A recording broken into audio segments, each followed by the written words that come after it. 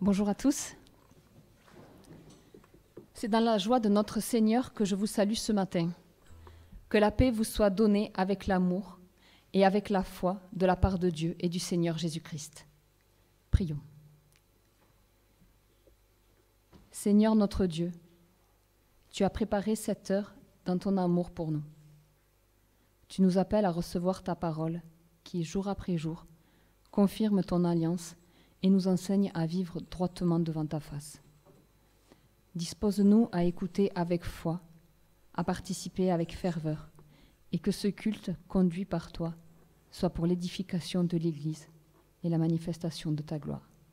Amen.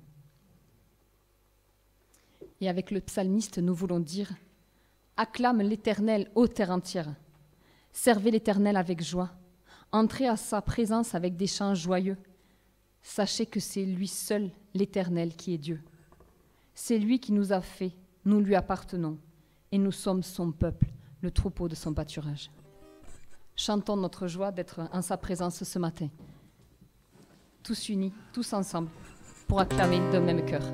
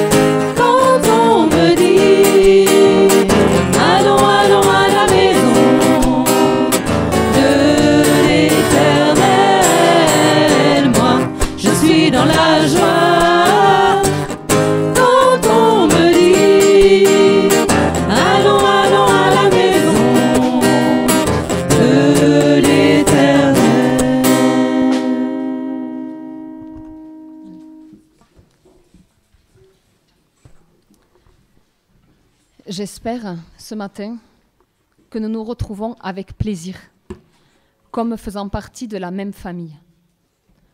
Aussi différents que nous sommes, physiquement, de culture, de caractère, nous avons un amour commun, celui que nous porte le Christ, qui s'est manifesté pour nous par son sacrifice à la croix. Pouvons-nous imaginer un tel amour ? Pourrions-nous nous sacrifier par amour ? Serions-nous capables d'agir selon le modèle de Christ ? Voici ce que dit la parole.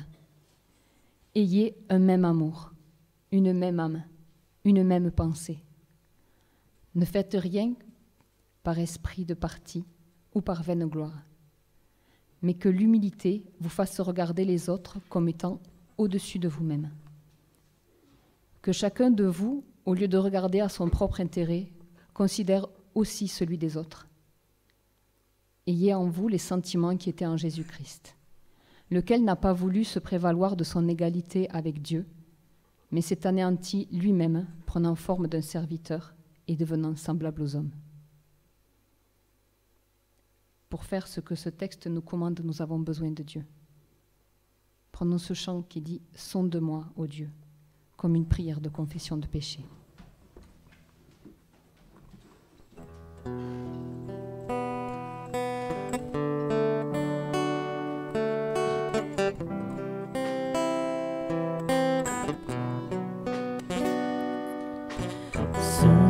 Sonde-moi, ô Dieu, et connais mon cœur.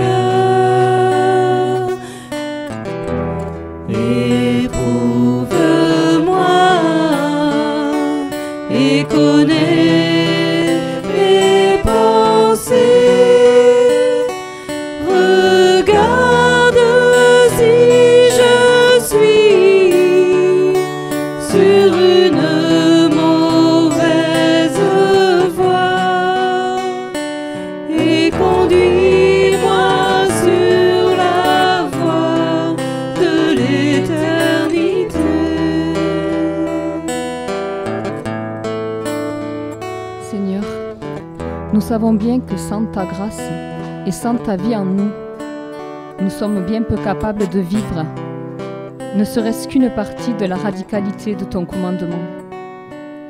Alors Seigneur, nous voici devant toi, avec toutes les limites de notre foi et de notre amour. Nous voici devant toi, avec ce que nous appelons notre péché, qui nous sépare et de toi et des autres. Nous voici devant toi dans toute notre faiblesse et conscients de tous nos manques.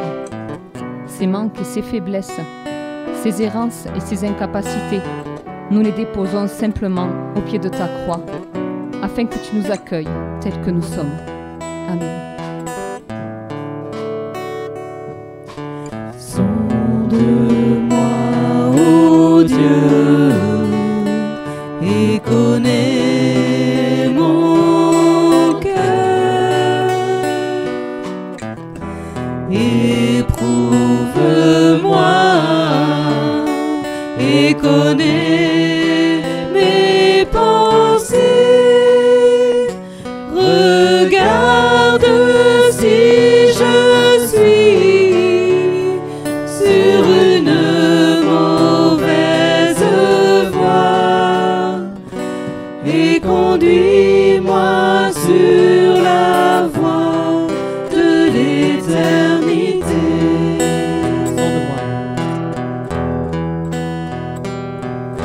Sonde-moi, ô Dieu, et connais mon cœur. Éprouve-moi et connais mes pensées.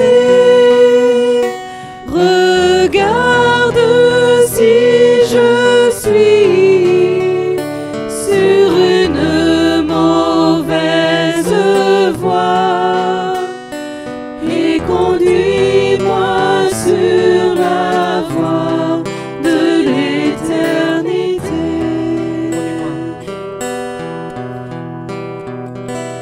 Et conduis-moi sur la voie de l'éternité.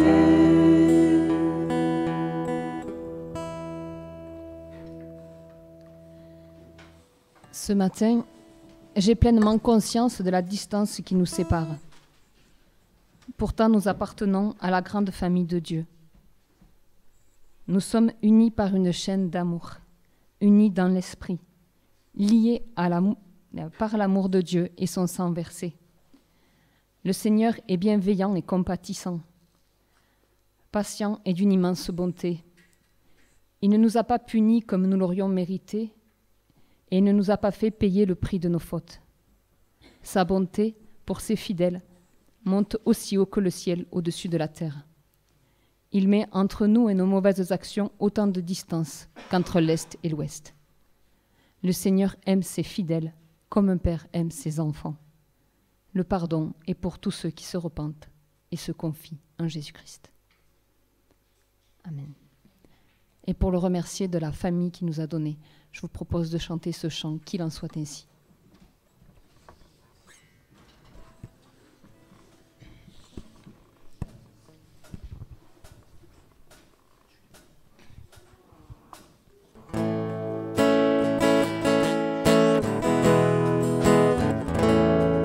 Tu as voulu des enfants unis, qu'il en soit ainsi. Un jardin de paix pour ta famille, qu'il en soit ainsi.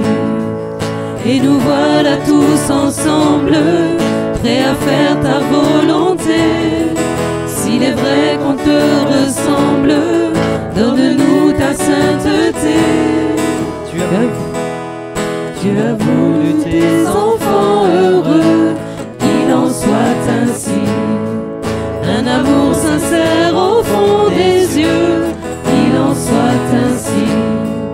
Nous ne sommes pas capables, donne-nous de nous aimer. Que nos vies soient acceptables, selon tes desseins parfaits. Ce temple, ce palais où tu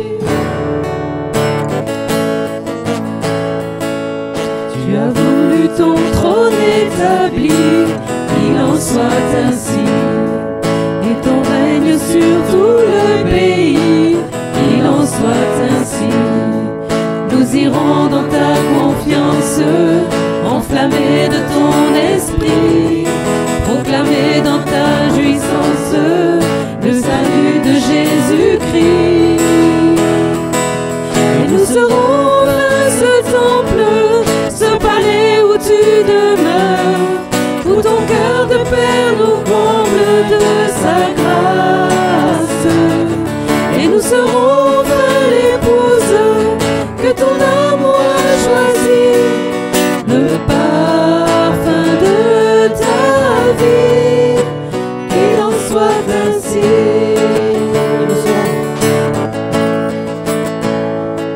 Et nous serons enfin ce temple, ce palais où tu demeures, où ton cœur de père nous comble de sa grâce.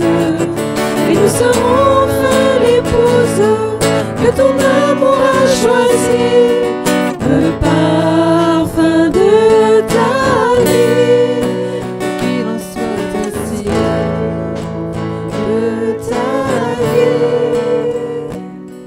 le parfum de ta vie, qu'il en soit ainsi.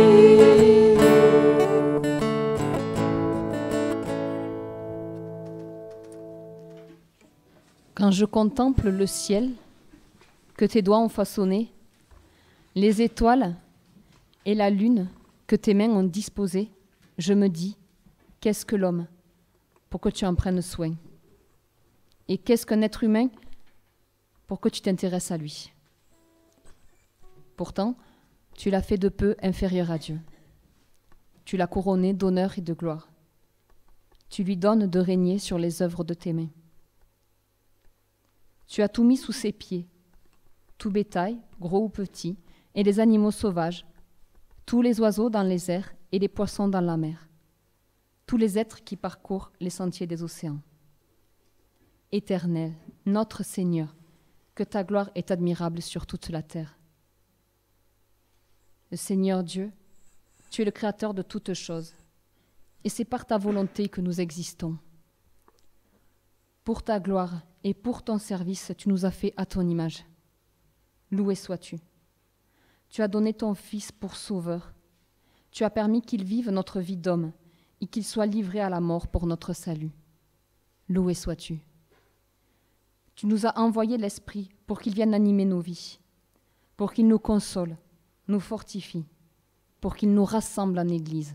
Loué sois-tu. Pour toutes les choses que Dieu a fait pour nous, louons-le, chantons celui qui nous a tant aimés et qui se tient à nos côtés, quelles que soient les situations que nous vivons. C'est lui le Dieu Tout-Puissant. Nous allons prendre 3 chants, et à l'issue de ces 3 chants, sentez-vous la liberté de louer Dieu, de l'adorer, de lui dire juste merci.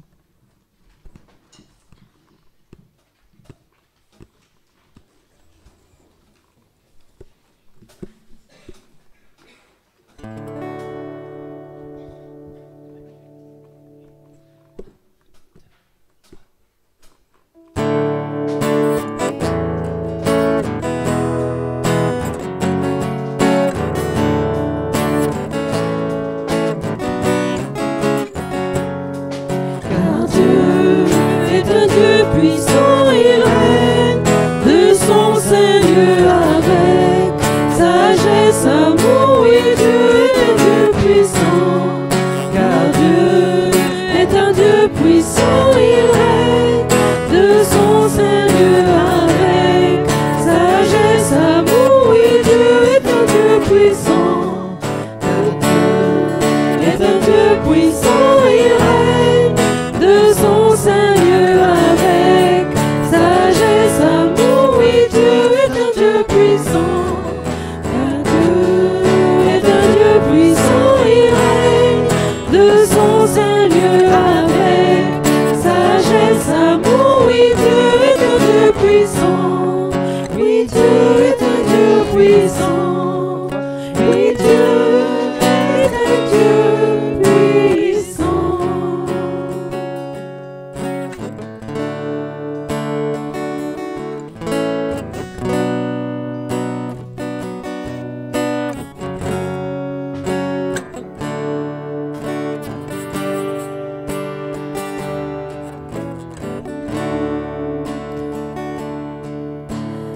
Voici la voix de mon roi, c'est à lui qu'il m'appelle. Je cours avec joie vers toi.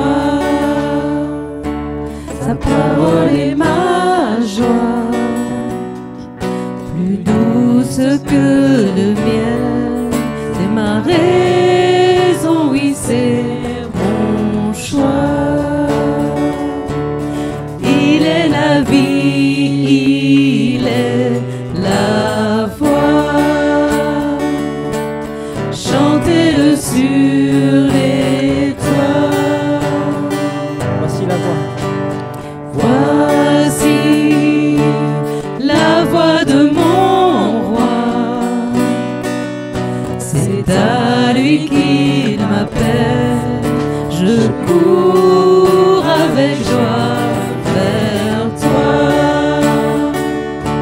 Sa parole est ma joie, plus douce que le miel. C'est ma raison, oui, c'est mon choix. Il est la vie, il est la voix. Chantez-le sur les toits.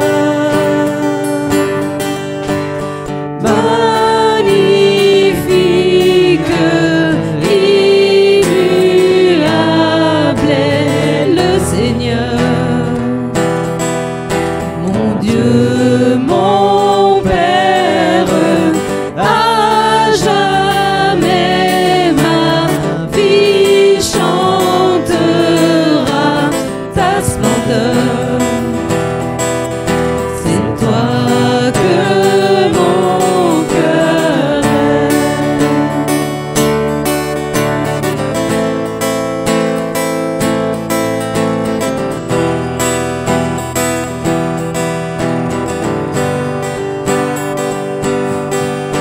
Et c'est mon désir. c'est mon désir. Son regard est sur moi. Oh, comment pourrais-je le fuir? Il est la vie, il est la voix. Chantez-le sur les toits.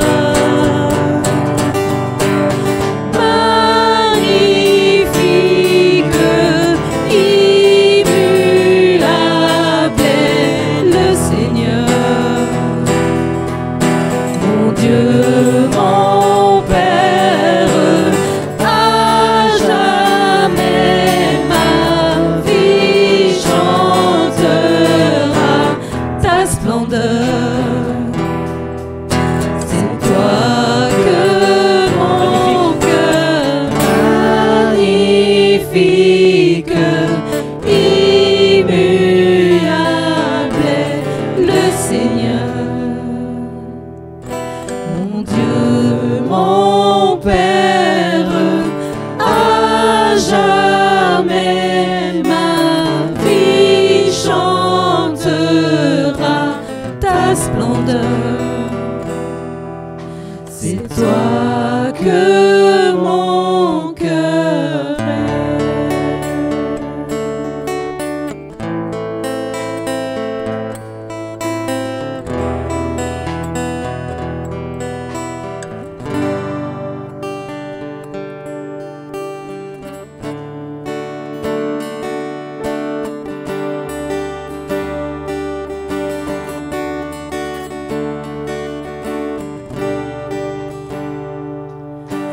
Mon Père, prends-moi dans ta main.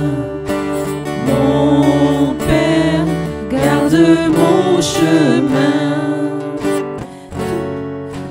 Tout près de ton cœur, plonge-moi au creux de ta douceur.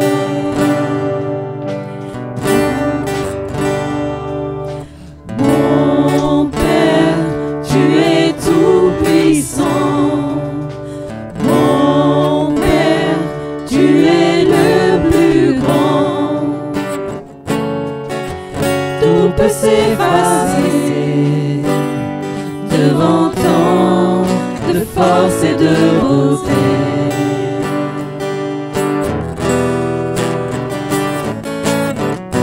Je sais que rien ne pourra jamais me séparer de toi, ni les puissances d'en haut, ni même celles d'en bas, ni la mort, ni la vie, ni le présent, ni l'avenir. Mon Père, tu es mon rocher. Mon Père, ma sécurité, qui craindrait jamais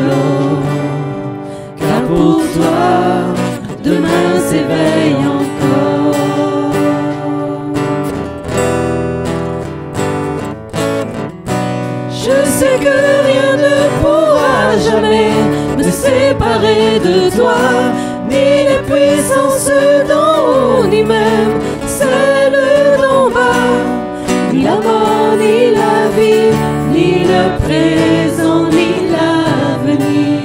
Ton amour. Ton amour est tout pour moi. Ton amour peut tout en moi. Ton amour est toujours là.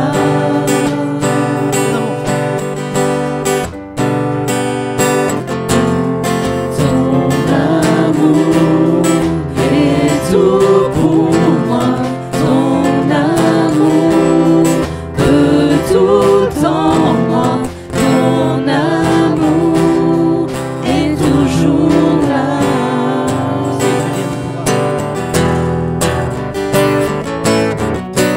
Je sais que rien ne pourra jamais me séparer de toi, ni les puissances d'en haut, ni même celles d'en bas, ni la mort, ni la vie, ni le présent, ni l'avenir.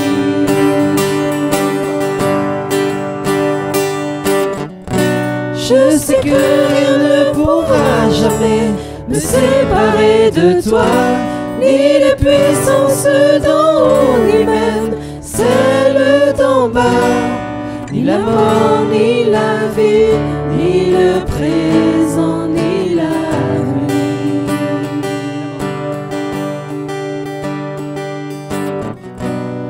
Ni la mort, ni la vie, ni le présent, ni l'avenir.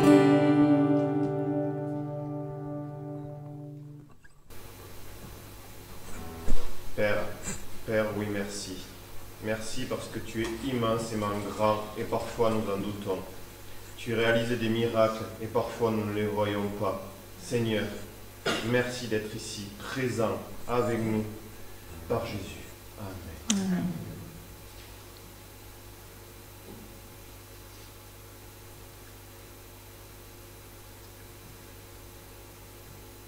Et Seigneur, c'est avec joie que nous sommes venus dans ta maison ce matin.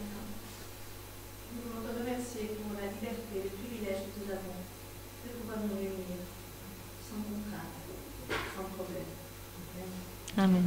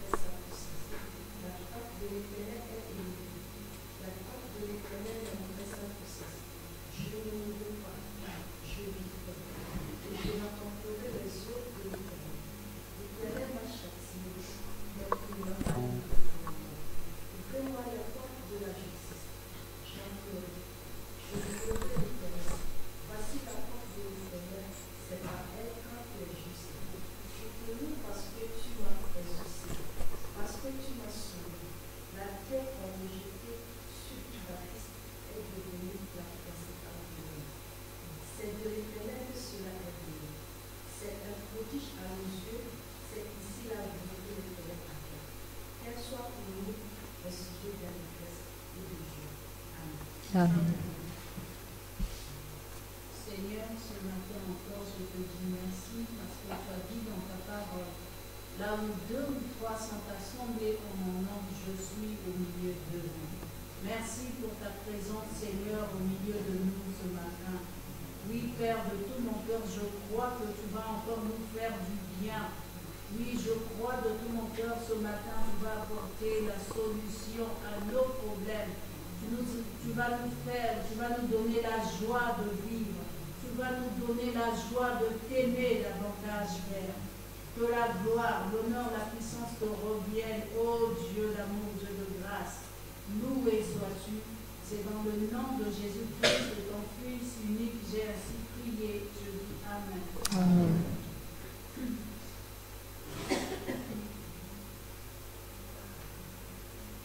Quand je me lève, tu es là. Quand je déjeune, tu es là. Quand je me repose, tu es là. Quand je me couche, tu es là. Et tu veilles sur moi. À toi la gloire.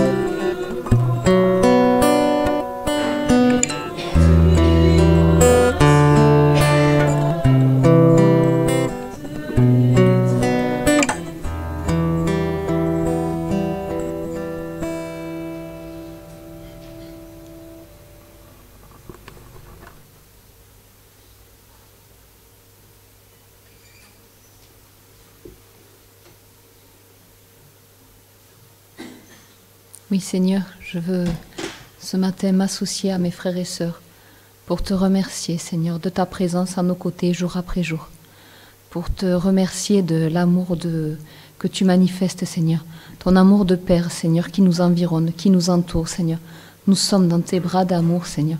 Quoi qu'il nous arrive, Seigneur, tu es là, tu es à nos côtés, Seigneur.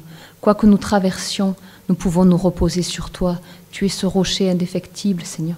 Tu es cette présence bienveillante toujours autour de nous, Seigneur. Même quand il fait sombre dans nos cœurs, dans nos vies, Seigneur. Même quand nous pensons que tout est foutu, Seigneur. Tu es là. Tu es notre lumière, Seigneur. Tu es notre espérance. Tu es notre joie, Seigneur. Merci. Merci parce que tu nous redonnes la force et le courage, Seigneur. Merci parce que tu nous renouvelles, Seigneur. Merci parce que tu es là à nos côtés. Merci parce que tu es mon Père, Seigneur. J'avais déjà un papa charnel, Seigneur. J'avais déjà un papa qui m'aimait, Seigneur. Et en plus, Seigneur, je t'ai toi, Seigneur. Merci. Merci pour cet amour, Seigneur, qui est incompréhensible, mais qui me remplit de joie, Seigneur, ce matin encore. Alléluia, Jésus. Amen.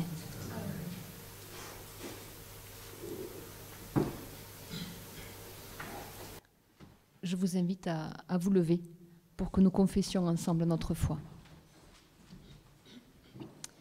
Nous croyons en Dieu le Père, en qui nous avons la vie, le mouvement et l'être. Nous croyons en Jésus-Christ, son Fils, notre unique Seigneur. En lui, nous avons le pardon des péchés et la vie éternelle. Nous croyons au Saint-Esprit, esprit de vérité et d'amour, qui nous transforme en de nouvelles créatures. Nous croyons à la communion des rachetés du Sauveur qu'il rassemble par sa parole dans l'Église dont il est le seul chef. Nous croyons à la venue du règne de Dieu, attendant selon sa promesse de nouveaux cieux et une nouvelle terre où la justice habitera. Amen. Et je laisse à présent la place à Maxime qui va nous partager le message qu'il a reçu de Dieu. Je vais vous lire le passage de ce matin qui est dans Jacques, chapitre 1, les versets 19 à 27. Donc je répète, Jacques, chapitre 1, les versets 19 à 27. Et en fait, on commence au verset 18.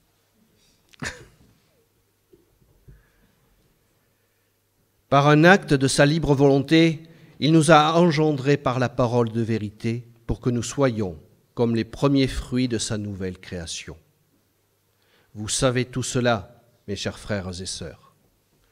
Mais que chacun de vous soit toujours prêt à écouter, qu'il ne se hâte pas de parler, ni de se mettre en colère.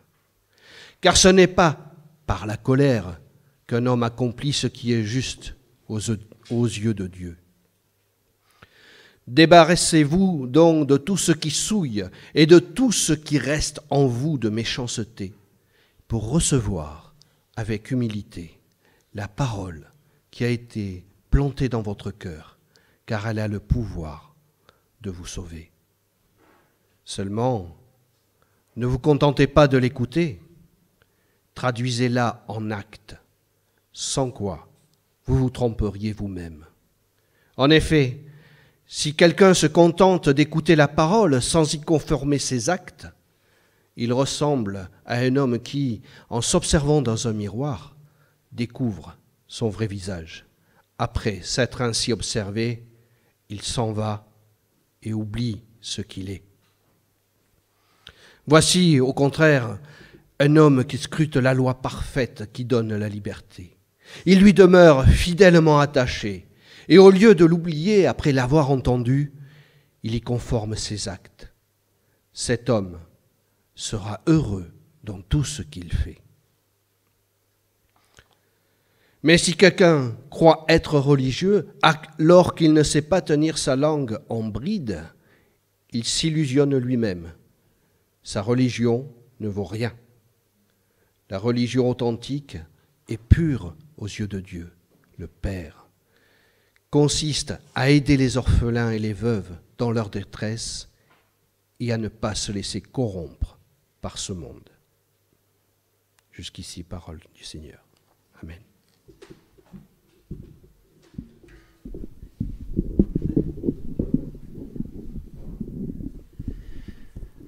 Bonjour à tous. Je vais prier. Seigneur Dieu, merci pour ta parole qui s'adresse à nous ce matin. Seigneur, nous voulons préparer nos cœurs pour recevoir cette parole. Et nous ne voulons pas seulement la recevoir, mais nous voulons qu'elle reste gravée dans notre cœur et qu'elle puisse conduire nos actes. Nous nous remettons entre tes mains et que ton esprit œuvre en chacun d'entre nous. Je te remets ce temps et tout ce qui s'en suivra entre tes mains dans le nom de notre Seigneur et Sauveur Jésus-Christ. Amen. Je pense que si on s'arrêtait juste à la lecture que vient de faire Jean-Pierre, cela suffit amplement, puisque c'est très clair ce qui nous est raconté par Jacques dans ces passages. Mais puisqu'il faut accompagner cette parole de quelques commentaires, je vais pouvoir le faire ensemble avec vous ce matin. Je vous ai mis une image derrière. On les appelle les funambules, ces spécialistes qui se baladent sur des fils. Parfois, c'est à une hauteur de 2-3 mètres. D'autres fois, c'est sur des montagnes, au-dessus des abysses. D'autres encore, c'est sur des immeubles qui font je ne sais combien de mètres. ça donne le tournis. Mais ils y arrivent. Il y a une histoire qui est souvent racontée. Je suis sûr que vous l'avez déjà entendue, mais je veux quand même vous la raconter encore ce matin. C'est l'histoire d'un funambule. Et cela s'est passé il y a plusieurs siècles de cela. On racontait qu'il y avait un funambule qui était dans un village. Et il s'adressait, il y avait des foules qui venaient le voir. Et il leur demandait, une manière un peu de le faire interagir avec ce qu'il proposait comme spectacle. Est-ce qu'ils croient qu'il pourra marcher sur le fil? Et là, les villageois, ils crient « Oui, on le croit !» Là, il monte sur le fil, il traverse et revient. Ensuite, il va prendre une brouette. Il dit « Est-ce que vous croyez que je peux traverser le fil avec la brouette ?» Et là, ils répondent tout son cœur « Mais oui, on le croit, on sait que tu peux le faire !» Et là, il traverse le fil, il fait l'aller-retour, il revient. Et ensuite, il leur repose une troisième question, une autre question. Il leur dit, est-ce que vous croyez que je peux traverser avec la brouette et une personne à l'intérieur? Et là, pareil, mais oui, on le sait, on sait que tu sais le faire, tu peux le faire. Et à ce moment-là, il leur dit, qui veut venir monter dans la brouette pour faire la traversée? Et là, silence.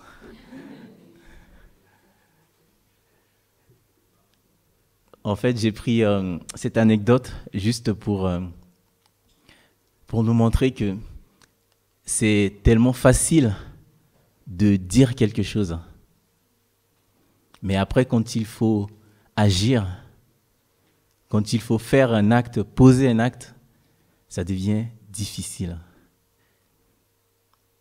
Dire une chose et le faire, c'est deux choses complètement différentes. Et je prends l'exemple de promesses. Si je prends le monde de la politique, bon, je vais juste faire une petite parenthèse, mais si vous regardez les hommes politiques, vous voyez comment c'est difficile pour eux de réaliser leurs promesses électorales. Et sans même parler des hommes politiques, si je reviens à chacun d'entre nous, vous vous souvenez probablement de toutes les promesses, ou en tout cas de certaines des promesses que vous avez faites, mais que vous n'avez pas tenues. Moi, en tout cas, je sais qu'il y a des promesses que j'ai faites et que je n'ai pas tenues, parce que je suis qu'un homme et parfois, dire quelque chose, je le dis très facilement, mais après, c'est très, très difficile de pouvoir le réaliser derrière. Et ce matin, l'apôtre Paul, il va nous exhorter. Il va nous exhorter à être toujours prêts d'abord à écouter. L'écoute est très importante. Être prêt à écouter la parole avec un cœur disposé. Être prêt à recevoir cette parole avec humilité. Et par-dessus tout, être prêt à la mettre en pratique. Pour les personnes qui étaient là déjà il y a quelques dimanches, j'avais apporté le message sur les premiers versets de ce chapitre 1 de Jacques. Et nous avons vu sur les versets précédents que heureux est l'homme ou le chrétien qui persévère dans la tentation ou dans les épreuves, parce qu'il va obtenir la couronne de vie. Et nous avons aussi vu que Dieu est la source de tout bien, puisque tout don parfait et toute grâce excellente viennent de lui. Et ce matin, à travers les passages que nous a lus Jean-Pierre, nous allons voir plusieurs choses. D'abord, le premier point que j'aimerais voir avec vous, ce sont les fruits de la nature divine qui est en nous. En fait, quand nous acceptons Jésus-Christ comme notre Sauveur, nous devenons une nouvelle créature. Ça, on le lit dans plusieurs livres du Nouveau Testament et on le chante aussi. Et en tant que nouvelle créature, en fait, nous recevons une nouvelle nature. Et cette nature qui nous est communiquée en Jésus-Christ, c'est la nature même de Dieu. Mais on va y revenir un peu plus tard. Le verset 18 nous dit « Par un acte de sa libre volonté, il nous a engendrés par la parole de vérité pour que nous soyons comme les premiers fruits de sa nouvelle création. » Par la parole de la vérité, la parole de Dieu, Dieu nous a engendrés. Il nous a donné la vie ou il nous a régénérés. Il a fait de nous une nouvelle créature par Jésus-Christ. Et il a fait selon sa volonté. C'est son plan, c'est ce qu'il a prévu depuis la chute de l'homme au Jardin d'Éden. Et il a fait pour que nous soyons les prémices de ses créatures. Ce terme est utilisé dans l'Ancien Testament. Et dans l'Ancien Testament, le peuple, lorsqu'il y avait leur récolte, en tout cas, ils prenaient les premières récoltes qu'ils offraient à Dieu. Ils l'offraient à Dieu comme un témoignage de leur foi, comme preuve de leur foi. En fait, ils commencent juste à récolter les fruits de leur labeur, et ces fruits, ils vont l'offrir en sacrifice à Dieu. Ils ne savent pas s'il y aura d'autres fruits encore, ils ne savent pas s'il y aura beaucoup de choses, de bonnes récoltes. Mais ils disent, on a confiance en Dieu. Il a promis qu'il nous donnera suffisamment, donc on va lui offrir. Et c'est ce terme-là qu'a repris Jacques pour parler de nous en tant que chrétiens. Pour Jacques, nous sommes la première preuve, nous sommes les prémices de la nouvelle création à venir. Et en tant que tels, nous sommes appelés à écouter la parole dans un esprit de méditation ou dans un esprit de recueillement, dans le sens où on fait abstraction de tout ce qui est extérieur, de tout bruit extérieur. Écoutez la parole avec zèle. C'est ce que nous dit les versets 19 et 20. Vous savez tout cela, mes chers frères et sœurs, mais que chacun de vous soit toujours prêt à écouter, qu'il ne se hâte pas de parler, ni de se mettre en colère. Car ce n'est pas par la colère qu'un homme accomplit ce qui est juste aux yeux de Dieu. Si on remonte dans les versets précédents, les versets 14 et 15, ces versets nous montraient que si nous suivons nos propres volontés, nous courons le risque d'entretenir de mauvais désirs dans notre cœur. Et ces mauvais désirs, qu'on peut qualifier de convoitise, si on y succombe, cela nous rend vulnérables à la tentation. Et la tentation conduit au péché. Et le péché conduit à la mort. Ou le péché engendre la mort, c'est le terme qu'il a utilisé. Contrairement à la parole de vie. Donc nous avons vu au verset 18 que la parole de Dieu, cette parole de vérité, elle engendre la vie. Si nous suivons nos propres volontés, nous courons le risque d'aller vers la mort. Mais si nous suivons la volonté de Dieu, si nous écoutons sa parole, cela nous conduit à la vie. Puisque c'est par la parole de vérité que Dieu nous a régénérés, nous sommes appelés à être toujours prêts, ou si on lit dans d'autres versions, à être prompts à écouter. Et là, vous allez me dire, mais est-ce qu'il y a-t-il plusieurs manières d'écouter? Ne suffit-il pas, par exemple, de venir le matin au culte pour écouter le message? Ou à l'école du dimanche, d'écouter ce qui nous est transmis par les animateurs ou animatrices? Ou au groupe de jeunes, de suivre l'enseignement des responsables? Ou dans les études bibliques? Est-ce que cela ne suffit pas? Juste pour comprendre pourquoi il parle de cela. Dans le temps, à l'époque où vivait Jacques, l'esprit qui régnait parmi les Juifs donnait souvent naissance à des discussions passionnées, mais vides de sens, à des divisions, parfois au sein même de l'Église, à l'esprit de jalousie, à des violences. Vous vous souvenez de la mort de la mise à mort d'Étienne. Et tout ça, c'est ce que Jacques résume par la colère. Cette colère qui détruit l'effet de la parole. En fait, si on a en tête toutes ces pensées qui viennent polluer nos esprits, si on a en tête de la jalousie, si on se querelle entre nous, si on n'est pas dans un esprit disposé à écouter la parole, on n'arrivera jamais à l'écouter comme Dieu le désire pour nous. La colère détruit l'effet de la parole. Parce que la colère de l'homme est incompatible avec la justice de Dieu. Les deux ne peuvent pas aller ensemble. Et là, vous pourrez me dire, mais ça, c'était à l'époque de Jacques. Nous, on n'est pas comme ça. On est parfait. Mais est-ce que nous sommes si différents d'eux? Nous aussi, nous avons parfois notre orgueil qui nous empêche d'écouter cette parole. Parfois, des petits mensonges que nous nous disons en disant, ça, c'est pas grave, ça, c'est rien. Et d'autres fois encore, notre facilité à vivre une vie conforme à ce monde, mais qui est contraire à la parole de Dieu, etc. Je peux en citer d'autres encore. Je pense que nous sommes aussi dans la même situation.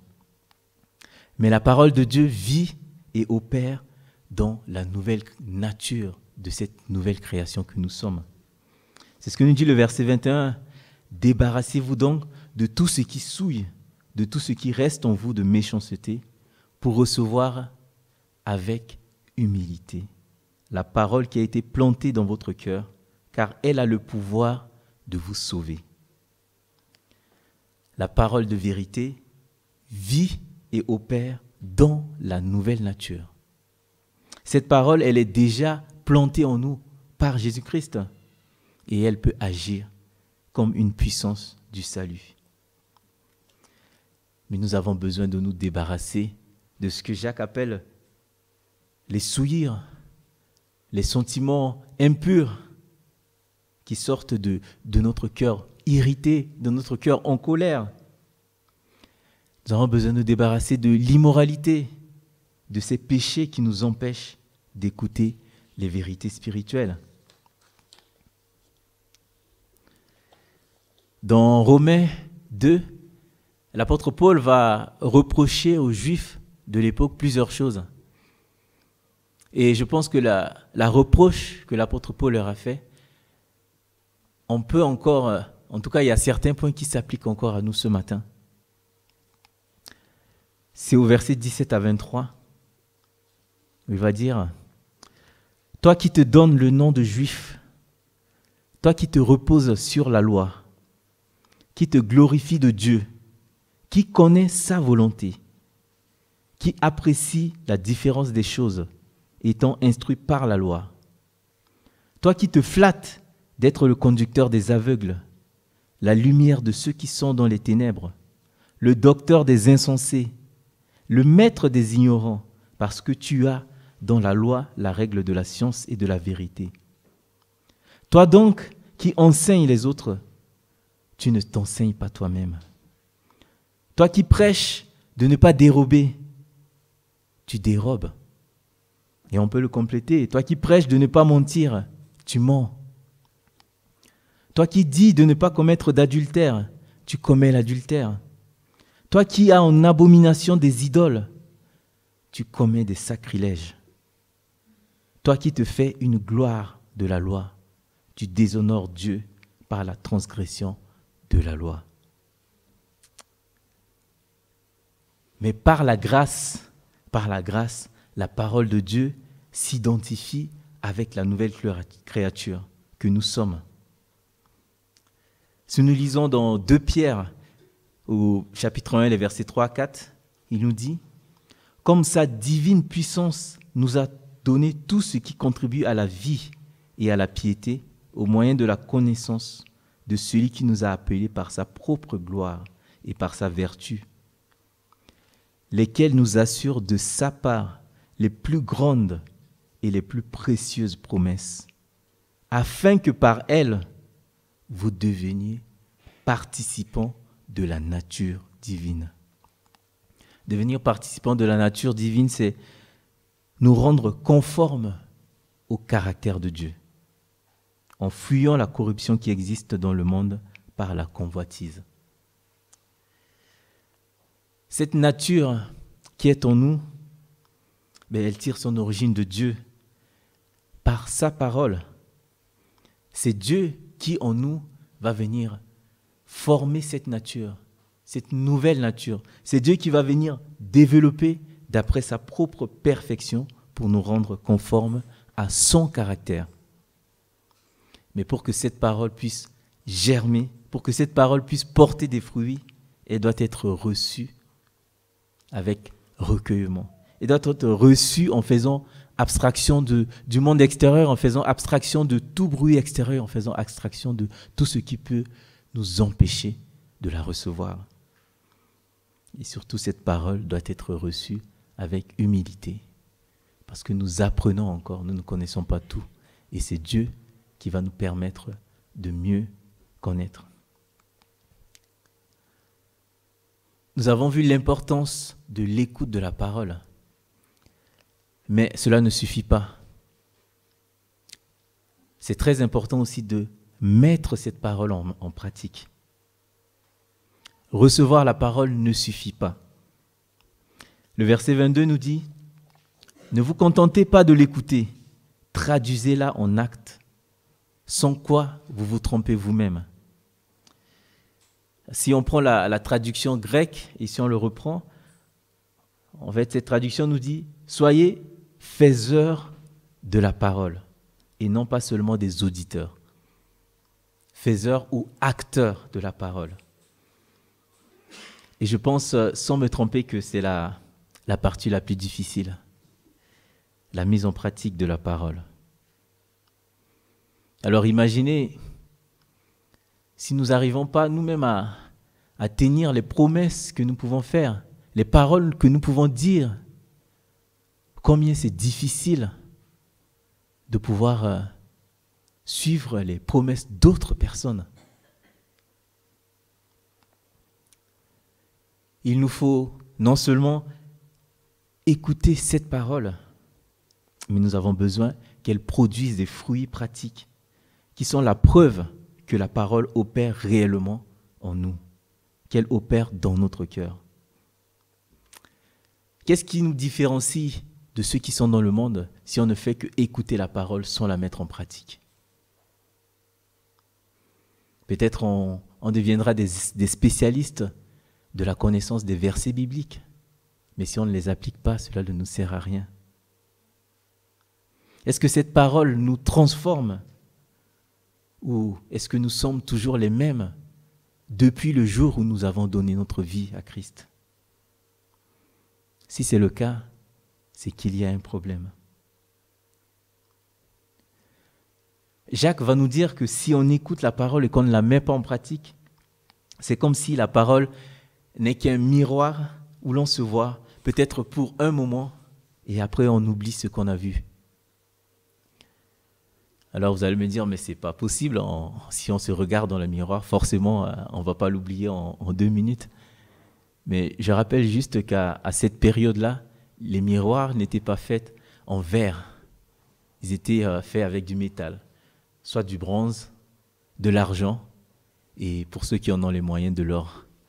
Donc forcément, la qualité du reflet n'est pas la même que ce que nous avons actuellement. Et cela explique l'image qu'a choisi Jacques pour traduire l'effet de la parole. Quand on se regarde dans un miroir, c'est pour voir si tout va bien. Est-ce qu'il n'y a pas des cheveux qui dépassent? Bon, il n'y a pas de problème pour moi par rapport aux cheveux. Mais est-ce qu'il n'y a pas des taches qu'il faut enlever? Et si on se regarde et qu'après, on oublie ce qu'on a vu, si on oublie qu'il y a une tache, si on oublie qu'il y a quelque chose, qu'on ne s'est pas rasé par exemple, eh bien on ne changera pas, on restera le même. Et le fait de s'être regardé dans les miroirs, ça n'a rien apporté. La parole de Dieu agit de la même manière. En tout cas, elle fournit à la personne qui l'écoute le moyen de faire cet examen de lui-même. On s'examine grâce à la parole. Et cette parole, cet évangile parfait, c'est grâce à Christ qu'on peut le faire. Quand un homme entend les préceptes de l'évangile et qui se trouve placé dans la présence de l'exemple de Jésus-Christ, toutes les difformités, toutes les souillures possibles de son âme lui apparaissent clairement. On arrive à voir ce qui est péché dans notre vie. On l'a encore chanté plusieurs fois ce matin d'ailleurs. On disait « Sonde-moi et connais mon cœur. Regarde si je suis sur la bonne voie, sur une mauvaise voie, et conduis-moi sur la bonne voie. » La parole nous permet de nous sonder. Cette parole de vérité vient sonder notre cœur pour nous dire où est-ce que nous en sommes par rapport à la volonté de Dieu, par rapport à ce que Dieu veut pour nous, par rapport à son commandement.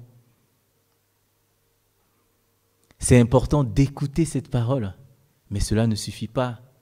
Si en sortant de l'église, si en sortant de l'étude biblique ou si en sortant de l'école du dimanche, on oublie ce qu'on a écouté, cela ne change rien.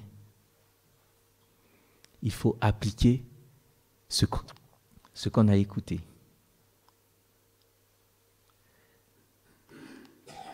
C'est pourquoi cette image de miroir-là, Jacques va l'utiliser. Il dit, si cet homme, au lieu de s'en aller, il persévère dans cette étude. Au lieu de se conduire en auditeur indifférent, il devient un observateur actif du commandement en le mettant en pratique.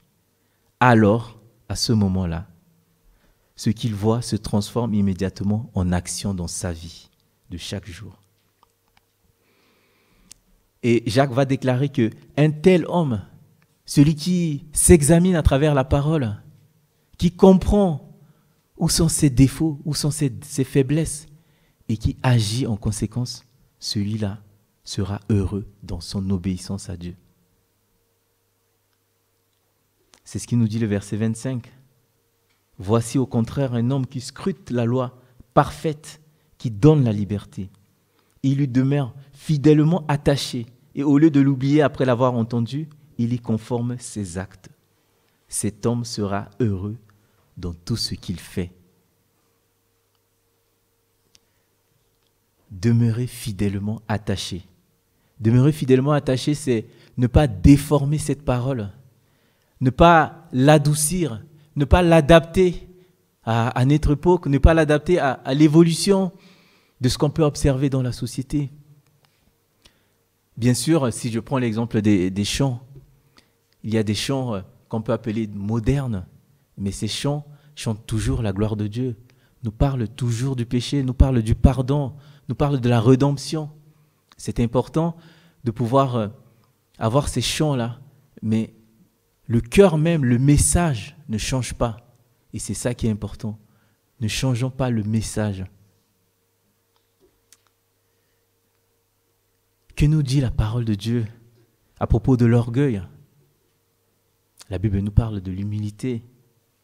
La Bible nous dit que celui qui s'élève sera abaissé. Et qu'est-ce que je fais de cette parole? Est-ce que je me comporte avec humilité? Est-ce que je demande à Dieu, mais change mon cœur? Je ne veux plus me comporter comme un orgueilleux, mais je veux venir humblement devant toi pour me laisser conduire. Est-ce que si cette parole nous montre ce qui est juste, ce qui est bon, ce qui doit être fait dans notre relation avec les autres, est-ce qu'on va vers les autres pour les voir et pour leur en parler? Est-ce qu'on change notre comportement?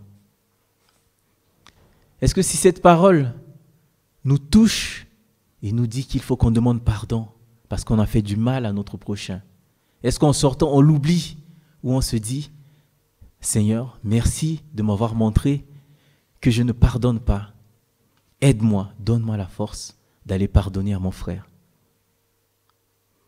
Est-ce que si cette parole parle de ma relation avec les autres, de ma relation de couple, du mariage, des différents sujets. Est-ce que je les oublie ou est-ce que je dis à Dieu de m'aider à pouvoir me conformer à cette parole? Écouter consciencieusement la parole et la mettre en pratique pour nous en tant que chrétiens n'est pas optionnel. C'est quelque chose qui est nécessaire et c'est quelque chose qui est vital pour notre croissance spirituelle. Alors, tenez vos regards attachés sur cette loi parfaite de Dieu, sur cette loi de la liberté, et agissez selon ce qu'elle vous ordonnera. Jacques va terminer ce chapitre en rappelant que la mise en pratique de la parole consiste à honorer Dieu de tout son cœur, de toute son âme et de toute sa pensée. Et c'est ce qu'il va appeler la piété intérieure. Ce n'est pas ce qui est visible, ce n'est pas ce que les autres peuvent voir, mais c'est ce que nous avons au fond de notre cœur. J'ai beau chanter des cantiques, j'ai beau participer à toutes les activités possibles, à tous les services possibles, j'ai beau dire « Gloire à Dieu, que ton nom soit élevé », mais si mon cœur est ailleurs, cela ne sert à rien. Si je ne vis pas les paroles de ce que je chante, c'est comme si je suis dans la religiosité. C'est comme si je suis comme les pharisiens qui connaissent la loi sur le bout des doigts, qui le connaissent mieux que le peuple, mais qui ne le mettent pas en pratique, qui sont là, qui condamnent, mais qui ne laissent pas cette parole vivre en eux. Et ce matin encore, la parole nous appelle à vivre cette parole, à laisser cette parole nous transformer. Je le sais et je l'ai dit, c'est facile d'écouter, c'est facile de dire, c'est facile d'en parler. C'est très compliqué de reconnaître notre défaut à travers cette parole, de reconnaître notre faiblesse, de reconnaître nos péchés à travers le miroir de Jésus-Christ. Mais c'est encore plus difficile de persévérer en obéissant à cette parole. Mais si nous n'obéissons pas à cette parole, Dieu ne pourra pas faire son œuvre en nous. Pour que Dieu puisse faire son œuvre de transformation, nous avons besoin de passer de spectateurs ou d'auditeurs à acteurs. Et c'est ce que Dieu nous demande encore ce matin. C'est que sa parole produit des actes qui prouvent notre attachement à lui et qu'il produise des actes qui le glorifient. Prions.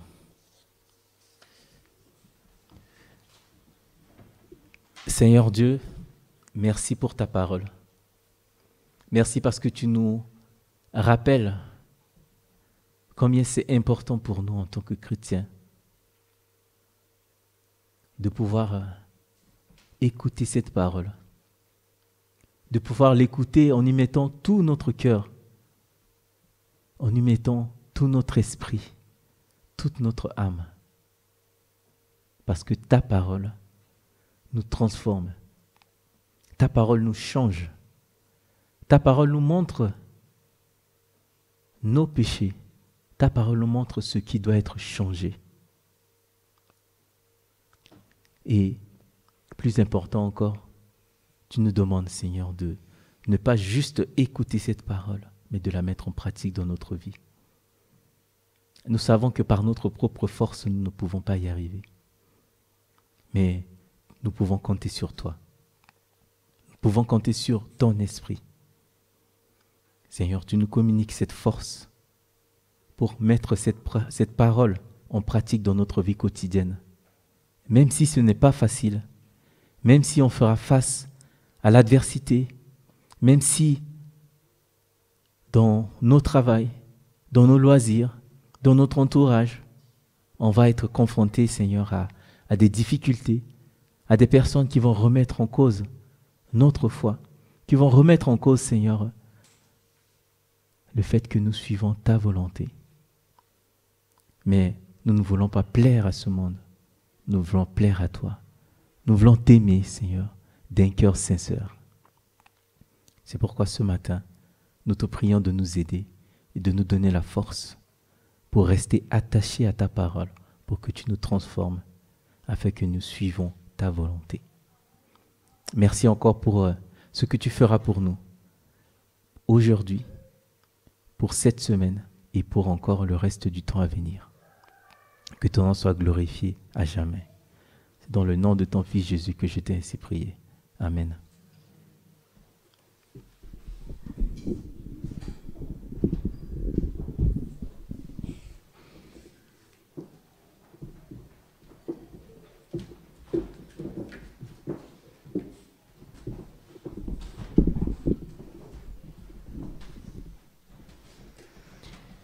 Merci Maxime.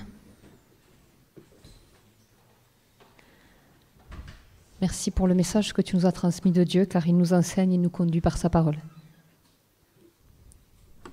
Et je vais profiter de ce temps pour que nous puissions vivre ensemble le temps de l'offrande.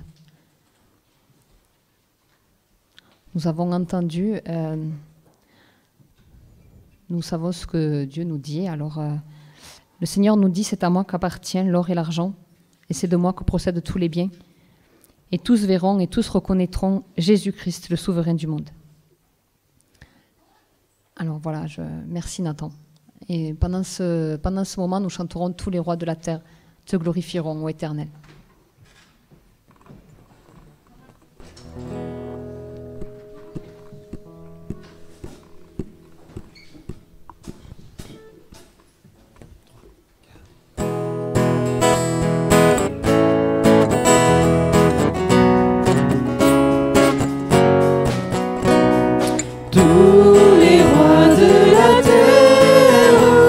Célébreront, ô Éternel, en entendant les paroles de ta bouche. Ils chanteront sur les chemins, car ta gloire est grande. Tous les rois de la terre te loueront, ô Éternel. Tous les rois de la terre te loueront, ô Éternel.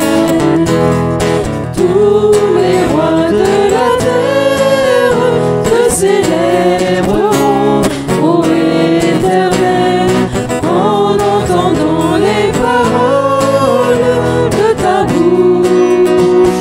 Ils chanteront sur tes chemins, car ta gloire est grande. Tous les rois de la terre te loueront, ô Éternel. Tous les rois de la terre te loueront, ô Éternel. Seigneur Dieu, tout ce que nous avons, c'est de toi que nous le tenons. Permets que cette offrande, signe de notre reconnaissance, soit à ta gloire. Amen.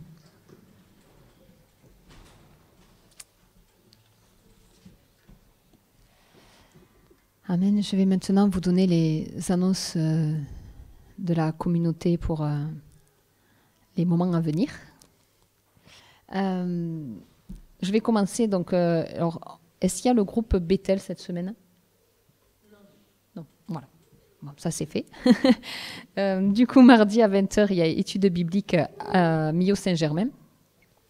Jeudi, rendez-vous ici à 18h pour préparer les locaux en vue du synode que l'Église accueille donc le week-end prochain. Vendredi à 19h, il y a un repas partagé au temple pour accueillir les délégués synodaux. Et donc, il y a un appel à toutes les bonnes volontés pour tous ceux qui pourront préparer des plats. On attend 25 personnes. Donc, les débats du synode auront lieu samedi à l'accueil Saint-Joseph à Rodez, à partir de 10h. Et dans les questions qui seront évoquées, il y a l'accompagnement des pasteurs, donc samedi à 14h30, la lutte des violences dans les familles, donc ça ce sera 15h45, et la communication 16h30. Et le culte qui aura lieu dimanche matin ici à 10h30 sera aussi le moment où nous vivrons une consécration pastorale et une reconnaissance de ministère au cours de ce culte. Donc dimanche prochain, nous attendons du coup beaucoup de personnes. Et donc voilà, merci de faire attention.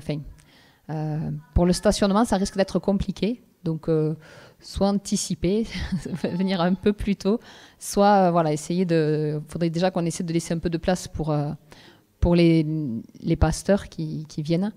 Et voilà. Ça, voilà, je vous préviens, ça va être peut-être un peu compliqué. Le samedi 18 mai, c'est le jeudi de j'ai dit le samedi. Le jeudi 18 mai, c'est le jeudi de l'Ascension. Et c'est l'occasion pour nous d'avoir une rencontre régionale donc, qui aura lieu à Montauban à partir de 11h. Et au cours de cette journée, le chœur de louange va participer pour l'animation du culte, enfin l'animation pour la célébration, pardon, qui sera à 11h. Donc le chœur de louange s'est donné rendez-vous ici à 7h30. Donc voilà, si vous voulez faire du covoiturage pour aller à cette journée, merci de vous rapprocher de...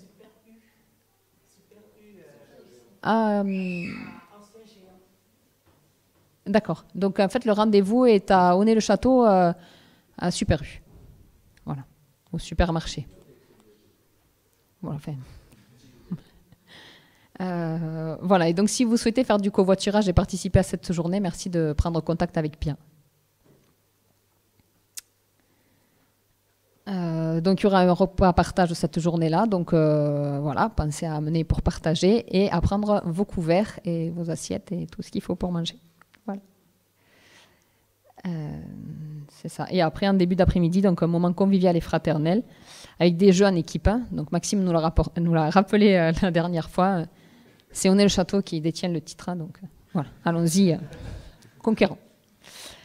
Non, je plaisante. Allez-y pour passer un moment fraternel, voilà, pour rencontrer d'autres personnes. Voilà. Et donc la journée se termine à 17h. Voilà. Donc on va remettre tous ces sujets à la prière et on a parmi nous aujourd'hui, j'ai le nom qui est mangé. Alors voilà, Monsieur Roulet, voilà, qui fait partie des équipiers de Gédéon. Et je vais lui laisser la parole pour présenter sa mission et ce qu'ils vont faire durant les jours à venir. Et je vous remercie d'être parmi nous. Voilà, je vous laisse la place. Rien n'est impossible à Dieu. Rien n'est impossible à Dieu. Rien n'est impossible à Dieu. C'est un Gédéon qui est en train de donner des Nouveaux Testaments comme cela dans le quartier des condamnés à mort d'une prison du Kenya. Vous vous rendez compte ? Condamnés à mort. Et les condamnés, certaines personnes leur disent « Mais nous sommes condamnés, nous allons bientôt mourir. » Et le temps passe. 2 ans plus tard, ce Gédéon se promène dans la ville, dans une rue de cette ville, et quelqu'un vient le voir et lui dit « Vous me reconnaissez ? J'étais condamné à mort. Et vous m'avez dit « Rien n'est impossible à Dieu. Vous m'avez donné ce Nouveau Testament. » J'ai lu ce Nouveau Testament dans ma prison. J'avais plus que peut-être quelques mois avant d'être condamné. Et Dieu a changé ma vie. Il m'a transformé. Et j'ai commencé à avoir un témoignage totalement différent. Les détenus, les gardiens l'ont remarqué. Et ils m'ont dit, tiens, c'est curieux, cet homme-là, vraiment, il vit différemment. Mon procès a été révisé. Et je suis sorti libre. Et je sors aujourd'hui. Et la première personne que je rencontre, c'est vous qui m'avez donné ce Nouveau Testament. Rien n'est impossible à Dieu. Et les Gédéons, alors je m'appelle Michel Roulet, je viens d'Istres. Vous dites, qu'est-ce que je fais ici dans votre région ? Nous sommes là avec quelques chrétiens de la région des Bouches-du-Rhône, essentiellement, donc, pour faire des actions particulières dans l'Aveyron, le Cantal et le Lot. Donc ça fait 1 semaine que nous sommes présents et nous sommes là encore 1 semaine complète avec mon épouse Catherine qui est ici. Et nous souhaitons faire une action à Rodez ces 3 prochains jours. Donc je vais juste vous en parler très courtement. Donc l'association des Gédéons, c'est une association ancienne qui a plus de 120 ans, qui œuvre dans le monde entier, dans plus de 200 pays environ. Et nous avons comme but amener des âmes à Christ. Amener des âmes à Christ. C'est le seul but. Et ce que nous souhaitons, c'est distribuer la parole de Dieu qui a une puissance extraordinaire. Donc nous distribuons, nous donnons la parole de Dieu dans différents domaines. D'abord, c'est les hôtels. Donc là, nous avons fait les maisons d'hôtes, les gîtes, sur les GR. Donc on avait fait il y a 2 ans les GR du chemin de Compostelle. Cette année, nous sommes sur le GR6. Donc nous sommes, et aussi les GR qui va sur Villefranche de Rouergue. Donc les gîtes, nous donnons aussi la parole de Dieu dans les universités, dans les lycées. Et ce que nous souhaitons faire, c'est cette semaine, les universités de Rodez et les lycées de Rodez, et aussi les commissariats, les pompiers, la gendarmerie. Et aussi, on peut aussi donner aux aumôniers qui vont dans les prisons, les aumôniers qui vont dans les aumôniers des armées, pour donner le Nouveau Testament aux armées.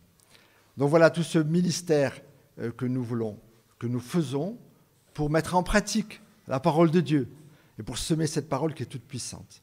Donc qu'est-ce que vous pouvez faire, vous, en tant qu'Église? Il y a 3 choses que vous pouvez faire. D'abord, la première des choses, c'est de prier. Tout ce que nous faisons, si nous le faisons par nous-mêmes, ça ne donnera rien. Il n'y a que le Seigneur qui peut faire. Cette parole, elle est toute puissante. Il y a vraiment tout ce qu'il faut pour retrouver le Seigneur. Mais si ce n'est pas Dieu qui touche les cœurs de ceux qui le reçoivent, ça ne sert à rien. Donc nous pouvons prier, je vous demande de prier pour ce qui a été semé cette semaine dernière. Il y a presque 1000 Nouveaux Testaments qui ont été donnés, un par un, cette semaine, donc à Aurillac, sur les chemins les différents GR, jusqu'au Villefranche de Rouergue. Et cette semaine, nous allons faire pendant 3 jours sur Rodez, les universités, les hôtels, la gendarmerie, la police, les pompiers. On a eu un accueil extraordinaire des pompiers d'Aurillac. Comme il a vu le chef de corps, il a dit « Mais vous faites les 37 casernes de pompiers du département. » Extraordinaire. Alors que nous, dans le sud, on refuse, c'est refusé. Donc voilà, nous vous demandons, donc on peut prier. Après, on peut donner. Le coût pour imprimer et transporter, parce que les coûts de transport sont élevés, c'est environ 1 € pour un petit Nouveau Testament comme ça. Voilà. Donc on peut donner pour semer cette parole. Et la dernière chose, c'est est-ce que nous pouvons être appelés par Dieu pour faire ce ministère? Voilà. Dieu peut nous donner un appel pour ce ministère très particulier. Voilà. Donc je tiens à vous remercier pour ces quelques instants que vous me donnez. Que Dieu puisse bénir votre Église. Je suis très heureux d'être avec vous aujourd'hui. J'ai été pendant de nombreuses années dans une église réformée évangélique près de Marseille. Donc ça me fait plaisir d'être parmi vous et de retrouver ce ministère. Donc, actuellement, moi je suis dans une église évangélique qui fait partie des KF, donc sur Is, parce que nous avons déménagé, nous étions près de Marseille. Nous sommes retraités. Et voilà, donc j'aimerais vous remercier pour tout cela et que Dieu bénisse votre Église et bénisse tout ce que vous faites ici à Rodez. Merci.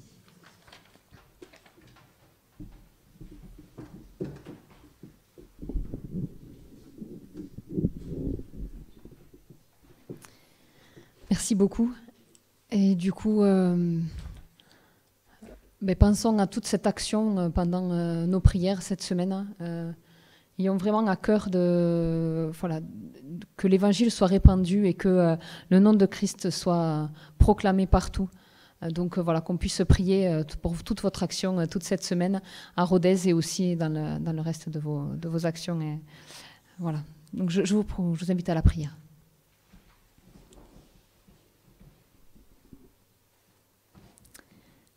Qu'il est bon, qu'il est agréable d'être réunis dans la famille de Dieu. Seigneur Jésus-Christ, nous te rendons grâce pour la réalité de l'Église, qui est ton corps, et nous te bénissons pour le mystérieux appel qui nous en a fait membres. Toi qui as promis de l'assister toujours, réveille-la. Ramène-la sans cesse à sa vocation. Préserve-la de tout compromis. Garde-la de tout reniement. Rends son témoignage puissant comme le fut celui des apôtres au jour de la première Pentecôte. Toi, le souverain pasteur, veille sur notre communauté afin qu'elle soit toujours un lieu de grâce et de pureté, une oasis réconfortante au milieu d'un monde troublé et agité. Nous te présentons également l'union d'églises dont nous faisons partie, que toute son organisation, commission et synode soit au service de la communion, de la vérité et du témoignage. Renouvelle les forces de celles et ceux qui, par leur engagement, font vivre cette fraternité d'Église. Donne à chacun une claire vision de la tâche à accomplir pour le bien de tous. Rends-nous parmi nos frères et sœurs humbles et disponibles, fidèles dans le service, inébranlables dans la foi. Fais-nous porter les fruits de l'esprit, la joie, la paix, l'amour, la patience, et que par sa sainteté ton peuple manifeste au monde ta présence. Qu'ainsi ton Église partout sur la terre fasse reculer la puissance des ténèbres et resplendir la lumière de l'Évangile. Nous te le demandons, Seigneur, accomplis ta volonté souveraine, toi qui règnes avec le Père dans l'unité du Saint-Esprit. Amen.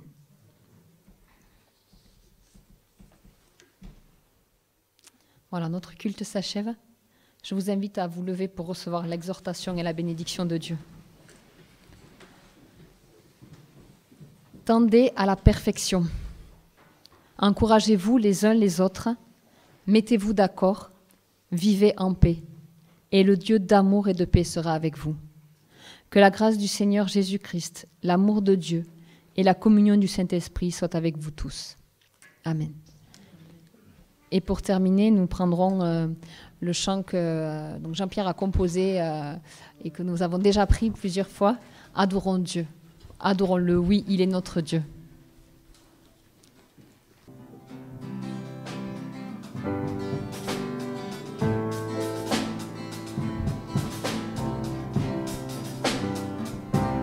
Adorons Dieu, adorons Dieu, adorons-le, il est notre Dieu. Adorons Dieu éternellement. Aime ton Dieu de toute ton âme et fidèlement. Aime ton Dieu éternellement.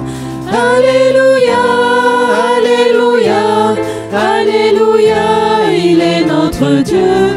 Alléluia, alléluia, aime ton Dieu éternellement. Louons Jésus, notre chemin pour être vivant, notre chemin éternellement. Aimons Jésus, la vérité d'un amour vivant, la vérité éternellement. Alléluia, alléluia, alléluia, il est bien vivant. Alléluia, alléluia, parmi nous il est toujours présent. Chantons pour Dieu, chantons pour Dieu, chantons pour Dieu la joie du vivant. C'est notre Dieu éternellement. Chantons Jésus, ressuscité, il est bien vivant. Parmi nous, il est toujours présent. Alléluia, alléluia, alléluia, il est bien vivant. Alléluia, alléluia, parmi nous, il est toujours présent. Alléluia, alléluia, alléluia, il est bien vivant. Alléluia, alléluia, parmi nous il est toujours présent. Parmi nous il est toujours présent. Bon dimanche à chacun et que le Seigneur vous bénisse.